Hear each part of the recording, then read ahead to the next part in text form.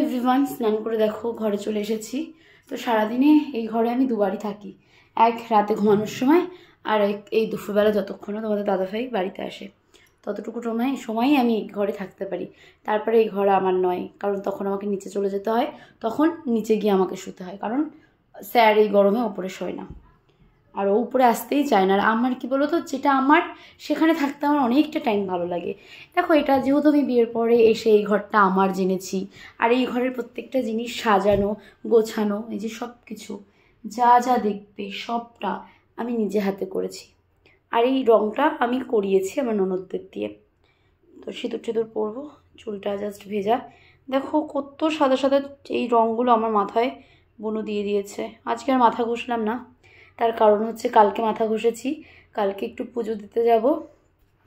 মনটা তো ভালো নেই, তাই ভাবলাম যে চলো একটু মানে মায়ের কাছে যাই, একটু পুজো দিয়ে আসি। তো কালকে যাব পুজো দিতে তোমার সিদ্ধেশ্বরী মায়ের কাছে। মায়ের কাছে একটাই চাওয়া, মা তুমি সব কিছু ঠিকঠাক করে দাও, সব কিছু যেন স্বাভাবিক হয়ে যায় আগের মতন, আর আমরা যেন সত্যিই জয়ী হয়ে উঠতে পারি। আর এরকম এরকম ঘটনা যেন আর দ্বিতীয়বার আমাদের এই মাতৃদেশে না ঘটে। তো সব কিছু করে নিয়েছি। আর সরি সবাইকে একটাই কথা বলছি, এখন আমি ফেসবুকে টাইম দিতে পারছি না। সেটা এই পরিস্থিতি তার তো কিছুটা রয়েছে, তাছাড়াও আমার শাড়ির লাইভের খুব খুব খুব চাপ চলছে, যেহেতু কালকে হচ্ছে দাদার বিয়ে।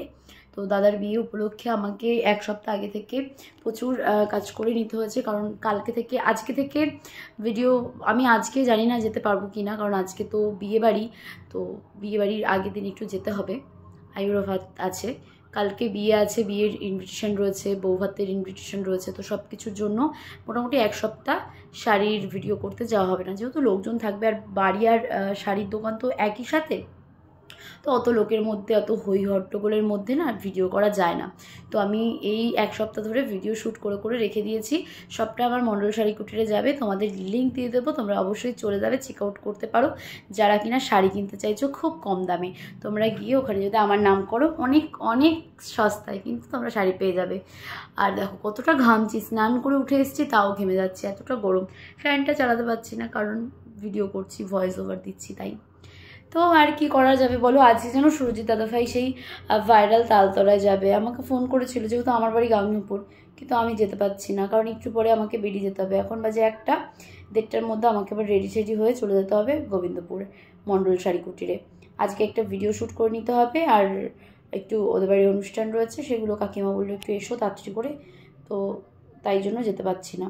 কালকে আগামীকাল হলেও চেষ্টা করা যেত, আজকে তো হচ্ছে না। দেখি দাদাকে একটা ফোন করবো, দাদা কোথায় আছে, কত দূর গেল সবটা।